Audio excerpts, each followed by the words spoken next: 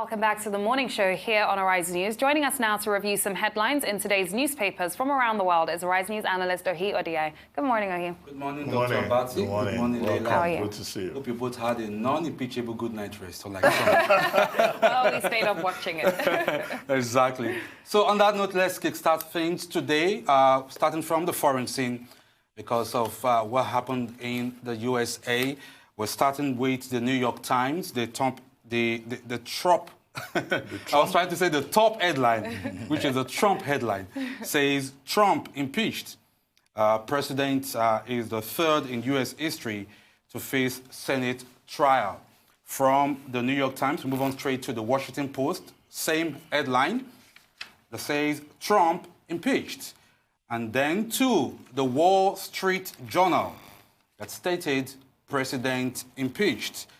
And if I'll just go straight to the graphics that shows what is going to happen next as regards following the impeachment of Donald Trump at the U.S. House of Representatives. If my director quickly give us that graphics right now, showing what's going to happen right after. Yes, there it is. Like rightly stated, a simple majority supported the impeachment, so Trump is impeached and the trial begins to the Senate.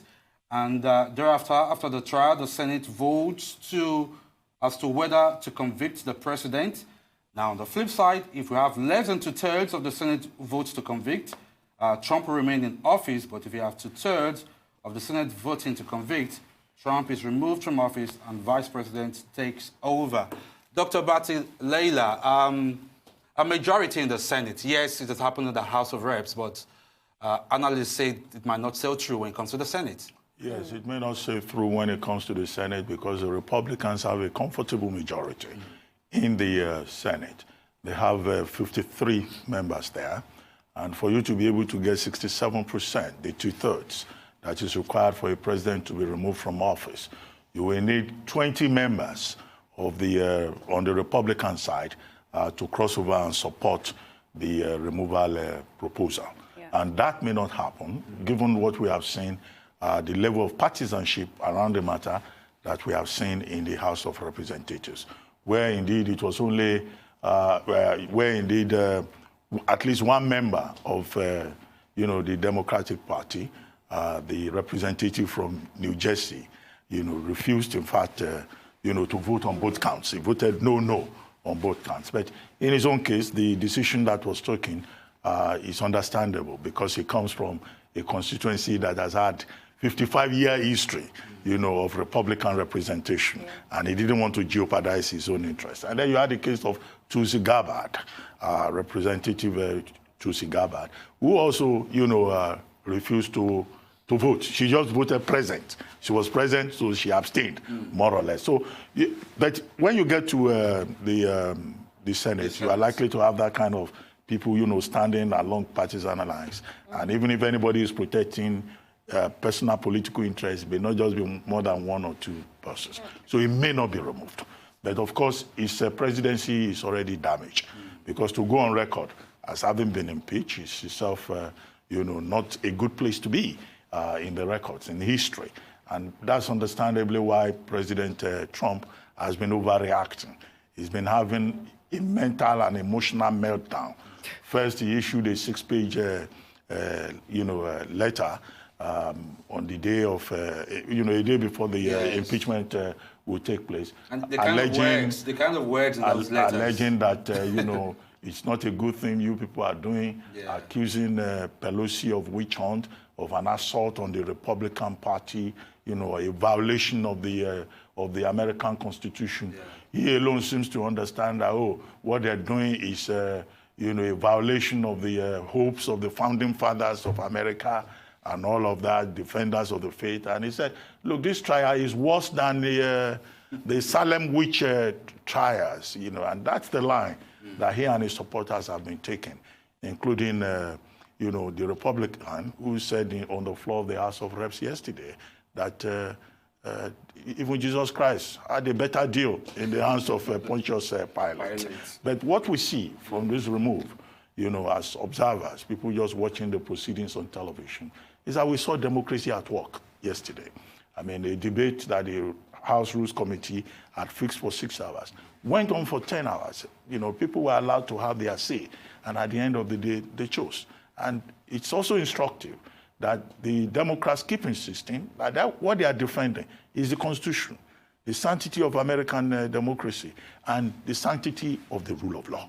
And that's why you've not seen Pelosi or the others, you know, trying to act emotionally after that process was concluded yesterday. Leila? I mean, no matter what, this is historical. Donald Trump will now go down as the third president to have been impeached, no matter what happens in the Senate. However, to get that 20 members of the Republican Party to join the Democrats and the independents, there are 2 independents on the Democrats' side, is not likely. And that's just facts of the matter. But facts of the matter also is this is a case about almost $400 million worth of taxpayers' money that was withheld from Ukraine, and enough evidence to support the fact or what is being alleged by the Democrats that Donald Trump used his power and abused his power in office. Now, the question here is whether the Republicans are really able to stand on what a lot of them were going on in the House yesterday, which is that you're asking him to prove his innocence. Why don't you come and prove that he is guilty? So is the Democrats, with their supporting evidence and enough suggesting evidence, going to be enough? Really and truly, life is not that black and white.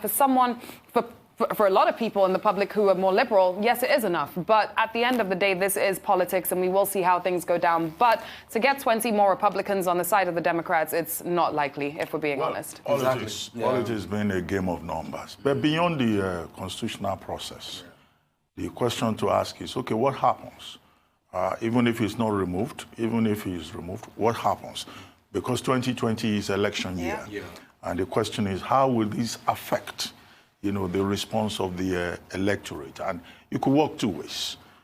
President Trump could survive it, as he did the Russian inquiry, and he will turn around and say, well, I told you, and it will become a campaign issue that the Democrats, this radical left, as he calls them, he even says they are suffering from Trump derangement syndrome, whatever that means. He may then use it as a campaign thing, and it could give him a boost. Or, on the other hand, the American people could then say, look, we're tired of this man. Can we try somebody else, so that he can just go away? Because the fear is that we could see worse violations, if he gets a second time. He could punish people. He could use the office in such a way that what the Democrats are complaining about now will look like child's play. And let's not forget that to question his character is not far-fetched. Here we were the other day, about 2 weeks ago, just discussing how he was fined in millions for using his organization for political campaigning. So at the end of the day, accusations against him are not far-fetched. There is proof against his there's proof to support his actions and his morals as a person. Leila is surely not a Trump fan. Oh, come on. Let's move on to more obvious? Yes, 2020 was very interesting in American politics. Let's move on to the local scene now. Going to these day newspapers. The top headline says, Court consents to extradition of P&ID's beneficial owner to Nigeria. Other suspects arrested to face fraud. Other charges. According to this day, the Federal High Court in Abuja granted the request of the Economic and Financial Crimes Commission to extradite the son of the founder of P&ID, Adam Quinn of Britain, over his alleged complicity in the $9.6 billion judgment claimed against Nigeria. Doctor, yet another development in this very, very controversial case. Well, I mean, this is consistent with the position of the Nigerian government that, look, what happened with the P&ID gas pipeline project was a scam, was an attempt to defraud Nigeria, and that, there are national security issues involved. And the Nigerian government, apart from mobilizing heavily to seek some reliefs, and even an eventual, cancellation of the arbitral award by the British Commercial Court, had also gone to court in Nigeria to take 2 persons to task, one Nolan, and then the son of Adam Quinn, who is the founder of P&ID. And the position of the government is that both parties taken before the court have a case to answer. And they also went ahead to ask for the extradition of the gentleman. And the court in this case, has decided that, you know, there is merit in the request by the Economic and Financial Crimes Commission. You will recall that at the time, you know, the federal government, through the minister and through the chairman of the EFCC, had said, look, this was something that had to do with the integrity of Nigeria's sovereignty, and that the Nigerian government will leave no stone unturned, you know, to fight the battle from every direction. Because let's look at it, it's $9.6 billion. Yes. You know, how much is our total? We said it was, what, 20% of our foreign reserves? 40% of, or is it 20%? 20% of our foreign reserves. You know, so it's something that the Nigerian government promised to take seriously, and this is an indication. And with the court doing this, you know, fits into that goal. However, would we be able to secure the extradition that we speak? Would the British authorities, you know, cooperate on the matter? So that's the gray area that is there. But as for Nigeria, you know, pursuing the matter with all seriousness, I think that's a big takeaway from the story. Absolutely. That progress has been made. Okay, true. Let's move on to the Punch now. A continuation of the story they did yesterday. IPPIS varsities face first strike in January. Federal government enrolls 8,000 lecturers. University workers enrollment hits 90,000. National Assembly keeps ASU waiting. Dr. Ratley discussed the story yesterday. Now, there's a continuation of it. But it's interesting that, according to the Punch report, that so far, though university lecturers are against this integrated payment system, so far, 90,000 university workers have enrolled in the process. And this is literally the point that we were trying to make when Dr. Abati was telling Mr. Dele Ashiru when he came on the show that this is just a faction that's kicking against it because you're acting as though nobody has registered on this system. But there are lecturers that have registered on this system, and that goes to show 90,000 is a very high number. But the 90,000 is not all lecturers. Yeah, there that's are very true, other actually. people, you Other know, people senior too. staff association, non-academic staff union, and then members of the Congress of Nigerian Academics who are not opposed to IPIS. But what ASU is insisting upon is that if government goes ahead to stop salary, they will declare a strike. You know, and I hope that does not happen, because the position of ASU on this matter is unpopular. And the position of government is we're not stopping salary, we're just telling you how we're going to pay it. Exactly. Let's move on to the nation quickly. We seem to have run out of time on this segment. Thank you very much. See you tomorrow.